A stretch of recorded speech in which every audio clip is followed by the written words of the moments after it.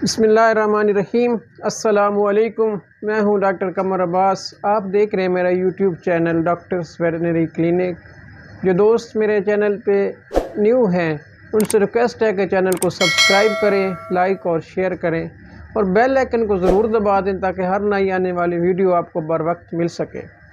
जैसा कि आप जानते हैं कि मैं आपको आपके जानवरों के बारे में आगाही फराहम करता हूँ और जैसे जैसे गर्मियाँ करीब आ रही हैं तो आजकल जानवरों में एक इशू शुरू हो गया है, हीट स्ट्रेस का, हाइपरथर्मिया का, हीट इंटॉलरेंस का।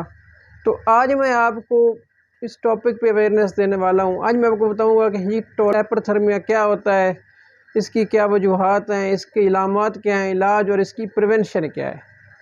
Hyperthermia, heat intolerance, heat stress, इसका मतलब ये होता है कि आपका जानवर बहुत ज़्यादा गर्मी महसूस कर रहा है। जब हम बात करते हैं कि गर्मी क्यों महसूस करता है तो इसकी बहुत सारी वजूहात हैं और उसमें से इसके पीछे जो कंसेप्ट है वो ये है कि जब आपका जानवर जब खुराक खाता है, जब खुराक हज़म करता है तो उससे जानवर के अंदर हीट पैदा होती है। एक तो हीट वो पैदा होती है, दूसरी जो है अगर बहुत ज़्यादा सूरज की रोशनी उसके ऊपर पड़ रही है तो वहाँ से भी हीट अब्जॉर्ब करता है। ये दो किस्म की हीट, और जो जानवर हीट खारिज करता है, डेसिपेट करता है, वो करता है स्वेटिंग के ज़रिए, पसीने के ज़रिए, रेस्पिरेशन के ज़रिए, या आपने एनवायरनमेंट के अंदर जो पंखे लगाए हुए हैं, शावर लगाए हुए हैं, उससे अपनी वो हीट को डेसिपेट करता है। अब हीट इंटॉलरेंस क्यों होती है कि इन्वायरमेंटल टेम्परेचर बहुत ज़्यादा होने की वजह से ज़्यादातर होती है कि जानवर का जो माहौल का टेम्परेचर है, क्योंकि अप्रैल मई के अंदर इन्वायरमेंटल टेम्परेचर बहुत ज़्यादा बढ़ जाता है और फार्मर जो है वो पूरा माहौल फराहम नहीं कर सकता। और ख़ास तौर पर कैटल के अंदर जो हीट डेसिपेशन का सिस्टम है, हीट खारिज करने का जो निज़ाम है, ख़ास तौर पर स्वेटिंग जो है पसीने के ज़रिए, वो इतना अच्छा नहीं है। तो कैटल जो है वो अपनी हीट डेसिपेट करती है रेस्पिरेशन के ज़रिए, सांस ज़्यादा लेकर। प्रॉपर हीट जो है वो जानवर के जिस्म से डेसिपेट नहीं हो सकती और आपका जानवर हीट स्ट्रेस में चला जाता है। अब हम बात करते हैं कॉजेज़ क्या है हीट स्ट्रेस की। तो सबसे बड़ी जो काज़ है, मैंने आपको बताया कि एनवायरमेंटल टेम्परेचर है, बहुत ज़्यादा टेम्परेचर हाई हो गया है।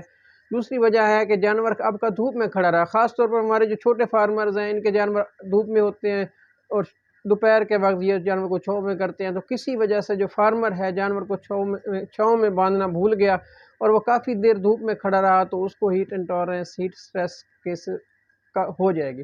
दूसरा है ट्रांसपोर्टेशन।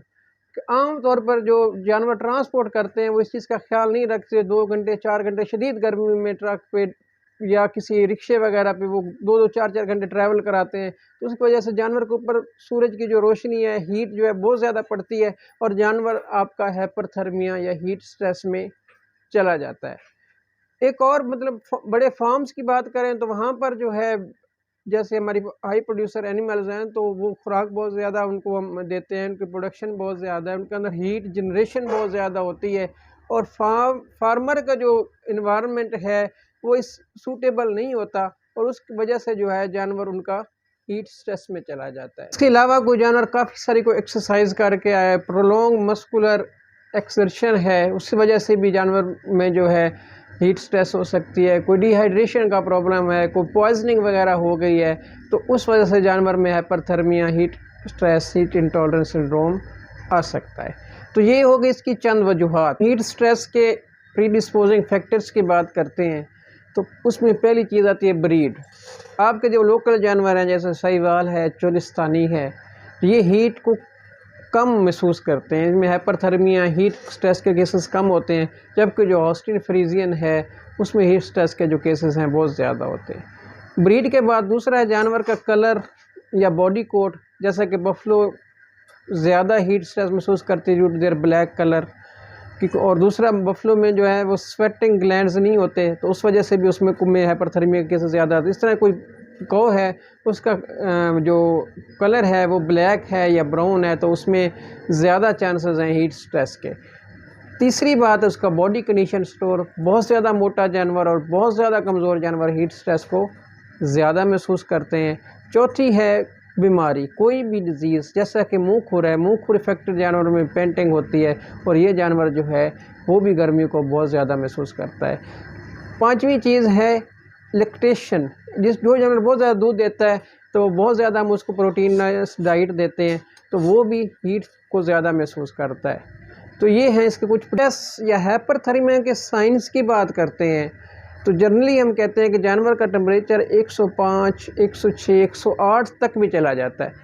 तो बहुत ज़्यादा जानवर का टेम्परेचर बढ़ जाता है, जानवर की रेस्पिरेशन बढ़ जाती है, जानवर बड़ी तेज़ी से सांस ले रहा होता है, मुंह खोल के सांस ले रहा होता है, जानवर की सैलिवेशन हो रही थी, मुंह से सिराल टपक रही होती है।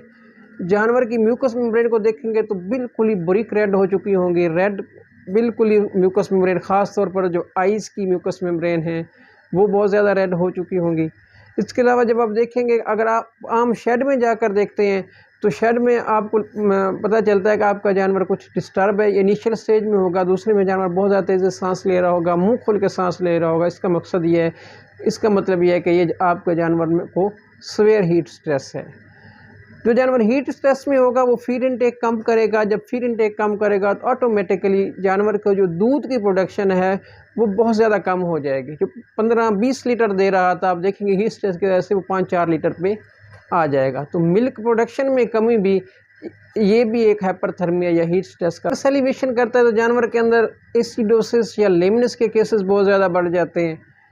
इसके अलावा जो है आपका जानवर प्रेग्नेंट है, जो हीट स्ट्रेस में रहा है तो वो जल्द बच्चा दे देता है, और बच्चा जो देता है उसकी इतनी ज़्यादा ग्रोथ नहीं होती, उसका वज़न कम होता है, वीक होता है। तो ये भी इस हाइपरथर्मिया के साइंस के अंदर आता है। फार्म्स की बात करते हैं तो हम कहते हैं कि फार्म में जो कंफर्ट जोन है जानवर का वो 5 डिग्री सेंटीग्रेड से लेकर 25 डिग्री सेंटीग्रेड तक है, और ह्यूमिडिटी जो है 45, 50, मैक्सिमम 55 तक ह्यूमिडिटी में जानवर आपका कंफर्टेबल रहेगा। एक हम कैलकुलेट करते हैं temperature humidity index. Temperature humidity index भी आपको बताता है कि आपका जानवर हीट स्ट्रेस में है या नहीं है। टेम्परेचर ह्यूमिडिटी इंडेक्स से आप अंदाज़ा लगा लेते हैं कि आपका जानवर इस वक्त किस टाइप की स्ट्रेस में है। इसका जो रेंज है वो वेरी करती है 68 से 99 तक। 68 तक से 75 तक जो हम इसको कहते हैं कि ये इनिशियल स्टेज है हीट स्ट्रेस की। 80 से 90 तक हम कहते हैं इसको मॉडरेट स्टेज है हीट स्ट्रेस की। 90 से 99 तक या 98 तक हम कहते हैं कि जानवर बहुत ज़्यादा हीट स्ट्रेस में है। अगर टेम्परेचर ह्यूमिडिटी इंडेक्स 90 प्लस है तो आपके जानवर को इमरजेंसी ट्रीटमेंट की ज़रूरत है, उसको आपने गुड मैनेजमेंट की ज़रूरत है। तो टेम्परेचर ह्यूमिडिटी इंडेक्स आपको फार्म के अंदर बेहतरीन गाइड करता है कि आपके जानवर में किस किस्म का स्ट्रेस है। फिर हम जब इस तशख़ीस की बात करते हैं, हम अलामात की मदद से कर सकते हैं, टेम्परेचर ह्यूमिडिटी इंडेक्स की मदद से आपका जानवर आपको बताता है कि वो हीट स्ट्रेस में है या नहीं है।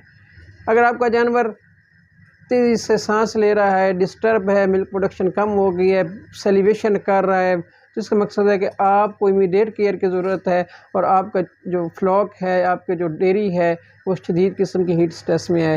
लिहाजा कंफर्ट जोन की मैंने आपको बताया कि 5 से 25 डिग्री सेंटीग्रेड टेम्परेचर रखें तो आप हीट स्ट्रेस से महफूज रह सकते हैं। जब हम हाइपरथर्मिया के ट्रीटमेंट की बात करते हैं तो ट्रीटमेंट में सबसे पहला है कि आपने अपने जानवर को नहला देना है। अगर आपके जानवर का टेम्परेचर 106, 107 है तो सबसे पहला काम क्या करेंगे कि अपने जानवर को नहलाएंगे। उसके सर पर पानी डालें, आधा पौना घंटा उसके पूरे जिस्म पर पानी डालें। सर और गर्दन पर पानी डालने का मकसद ये होता है कि यहाँ पर जो है ब्लड सप्लाई बहुत ज़्यादा होती है। जब बहुत ज़्यादा ब्लड सप्लाई होगी तो अब यहाँ पर सर और गर्दन पर पानी डालेंगे तो आपका जो जानवर है जल्दी ही डिसिपेट करेगा, हीट को जल्दी ही डिसिपेट करेगा, खारिज करेगा और अपने नॉर्मल टेम्परेचर की तरफ जल्द लौट आएगा। अगर आपके पास कोई पॉन्ड अवेलेबल है, कोई तालाब बनाया हुआ है तो उसमें जानवर को छोड़ दें, आधा पौना घंटा उसमें उसको इमर्स कर दें, उसमें उसको छोड़ दें ताकि उसकी जो हीट स्ट्रेस है, हाइपरथर्मिया की जो इंटेंसिटी है कम हो सके। जब आप उसको बात करा रहे हैं तो कोशिश करें कि 20 मिनट बात कराने के बाद 5-7 मिनट वक्फा करें, फिर बात कराएं, और उस वक्त तक जानवर को नहलाते रहें जब तक जानवर का टेम्परेचर जो है वो नॉर्मल नहीं हो जाता। दूसरा काम, आप कोल्ड रेक्टल एनीमिया कर सकते हैं। ठंडा पानी से आप जानवर की जो गोबर वाली जगह है वहाँ पर उसमें आप अनीमिया करेंगे, पानी डालेंगे या वहाँ पर कुछ बर्फ़ रख देंगे तो उससे भी जो जानवर का टेम्परेचर है वो जल्द ही डाउन हो जाएगा। कुछ लोग जो हैं वो बर्फ़ की टकोर करते हैं, बर्फ़ की टकोर नहीं करनी चाहिए क्योंकि बर्फ़ जो है वो जो ब्लड वेसल्स होती हैं पेरिफेरल उनकी वेज़ो कंस्ट्रिक्शन कर देगी, उस वजह से जो है जानवर अपनी प्रॉपर हीट डिसिपेट नहीं कर सकेगा। कुछ लोग कपड़े को भगो कर जानवर के ऊपर सर और गर्दन पर लपेट देते हैं, ये भी गलत प्रैक्टिस है क्योंकि जब कपड़े को भगो लेंगे तो इंसुलेशन का काम करता है, जिसकी वजह से भी जो हीट जो है वो कम निकलेगी जानवर से और हाइपोथर्मिया के चांस। जब जानवर का टेम्परेचर 107 से बढ़ता है तो 107 से पहले तो जानवर पानी पीता रहता है, लेकिन जब टेम्परेचर 107 108 चले तो सेंटर जो है दिमाग के अंदर वो डिस्टर्ब हो जाता है, उसके बाद जानवर पानी पीना भी छोड़ जाता है। तो आप कोशिश करें कि बिल्कुल ठंडा पानी जानवर को आप स्टोमिक ट्यूब के ज़रिए किसी तरीके से जानवर को पिला सकते हैं। इसके अलावा आप जानवर की फ्लूइड थेरेपी करें, नॉर्मल सलाइन का इस्तेमाल करें, आप इसमें 5-6 लीटर जानवर को नॉर्मल सलाइन आप इस्तेमाल करें। जब टेम्परेचर नॉर्मल हो जाए तो फिर आप डेक्सट्रोज का इस्तेमाल कर सकते हैं, उसमें आप कॉर्टिकोस्टेरॉइड इस्तेमाल कर सकते हैं, न्यूरोबियान का इस्तेमाल, मल्टीविटामिन का आप इस्तेमाल कर सकते हैं और उसके अलावा आप एंटीबायोटिक का भी कुछ सेप्सिस से बचने के लिए आप एंटीबायोटिक का भी यूज़ कर सकते हैं। तो ये थी एक लाइन ऑफ ट्रीटमेंट आपकी हाइपरथर्मिया की कि जानवर को ठंडी जगह पे लेकर आएँ, शावरिंग करें। अगर आपके शावर लगे हुए हैं तो उसके नीचे जानवर को आधा पौना घंटा मुसलसल खड़ा कर दें ताकि वहाँ पर स्प्रिंकलिंग होती रहे और जानवर का टेम्परेचर बेहतर हो सके। लेकिन जब जानवर का टेम्परेचर 108 से ऊपर चला जाता है तो जानवर का जो है नर्वस सिस्टम और रेस्पिरेटरी जो सिस्टम है वो डिप्रेस हो जाता है और जानवर की डेथ हो जाती है, तो उस सूरत में जानवर का बचना मुश्किल हो जाता है। बड़ी बात है मैनेजमेंट, जो मैं आपको बताने लगा हूँ कि ये काम कर लें तो आपके जानवर में हीट स्ट्रेस के मसाइल नहीं आएंगे। पहला काम क्या करें कि जानवर को एक अच्छा माहौल फराहम करें, अच्छा शेड फराहम करें, ऐसी सायादार जगह फराहम करें जहाँ पर टेम्परेचर बेहतर रहे, ठंडी हवा आती रहे, फैंस लगाएं, स्प्रिंकल्स लगाएं ताकि शावर वगैरह लगे हों ताकि जानवर का जो एनवायरनमेंट का टेम्परेचर है वो 25, 30, 35 तक रहे, इससे ऊपर ना जाए बल्कि 30 से ऊपर भी ना जाए। तो आपने जानवर को शावर वगैरह लगवाएं। शीत गर्मी और जानवर की ट्रांसपोर्टेशन ना करें, कोशिश करें रात टाइम या दिन टाइम आप जानवर को ट्रांसपोर्ट करें। जानवर को ओवर क्राउडिंग से बचाएं, जानवर को अच्छी खासी जगह फराहम करें जहाँ पर वो रह सके। जानवर को ऐसी जगह पर रखें जहाँ पर वेंटिलेशन प्रॉपर हो, हवा का गुजर अच्छा हो, फैंस वगैरह लगे हों, शावर वगैरह चल रहे हों शदीद गर्मियों के अंदर। और वैसे भी जानवर को आप ठंडा और ताज़ा पानी पिलाएँ। कोशिश करें फीडिंग जो है वो आप जिस जानवर आपके हाइपरथर्मिया का गर्मी महसूस करते हैं वो रात टाइम फीडिंग कर लें, उनको ज़्यादा मकदार में सब्ज़ चारा दें, उसमें पानी की मकदार बहुत ज़्यादा होती है। सोडा बाइकार्ब का रूटीन से इस्तेमाल करें, यीस्ट का इस्तेमाल करें, टेम्परेचर ह्यूमिडिटी इंडेक्स को मॉनिटर करते रहें। फार्म के अंदर थर्मामीटर रखें जो आपको आपके शेड का टेम्परेचर बताए, ह्यूमिडिटी बताए, उसको देखकर आप अकॉर्डिंगली आप मैनेज कर लिया करें। उम्मीद करता हूँ कि ये वीडियो आपको फ़ायदा देगी और मज़ीद अच्छी वीडियो देखने के लिए चैनल पे देखते रहें डॉक्टर्स वेटनरी क्लिनिक। अस्सलामु अलैकुम।